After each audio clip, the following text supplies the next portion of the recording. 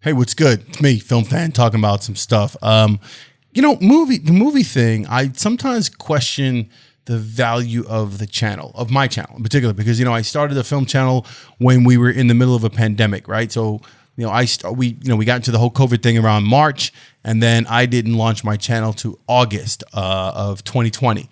So there was this question of like, why am I doing a film channel when there's no movies to go to? Like, it's not like I'm doing something where every week there's a slate of movies coming out and I'm going to be watching them all and going to see them all and then come back and give my reviews. Not to mention that space is kind of like very filled with tons of people already doing that. So it's like, well, what are you going to do? Well, I'm going to talk about movies. I'm going to talk about stuff that I love. I'm going to talk about films that, that I've seen a billion times, that I just have a big, huge passion for.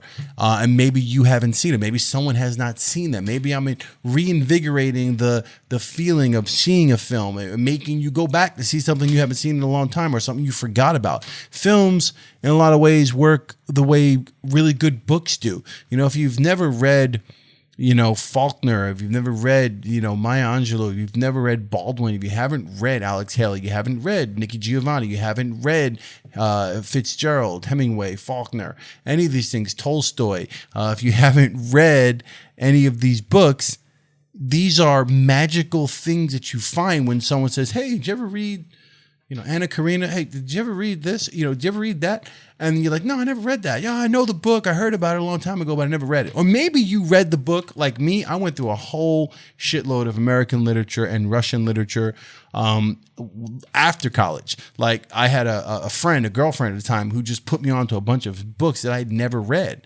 Or I read them when I was required to read them in high school or college or something along those lines, and I didn't care for them, or I don't remember them.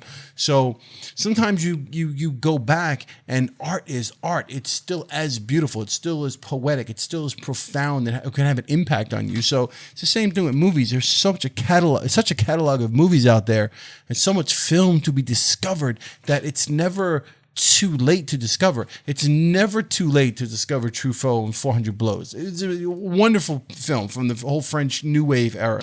Godard and Jules and Jim and stuff like Truffaut. It's Truffaut again. But like, I don't want to get to all this, like, whatever. My point is, there's a shit ton of film out there that has not been discovered by a lot of people. There's a whole lot of Italian filmmakers and French filmmakers and Korean filmmakers and things that just have not been touched. And that's the beauty of film, and channels like my channel and other channels that are out there that are encouraging you to pick up old collections of films, old films from way long ago, before you were born, things that you may have missed, things you meant to see but just didn't get around to seeing.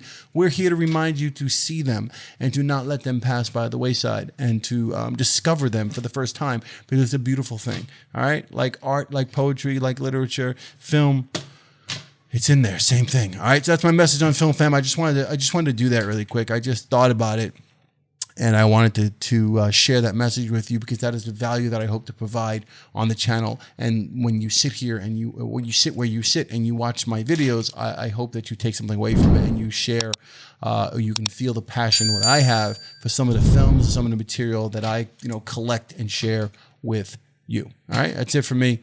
I'll see you on the next Film Fan.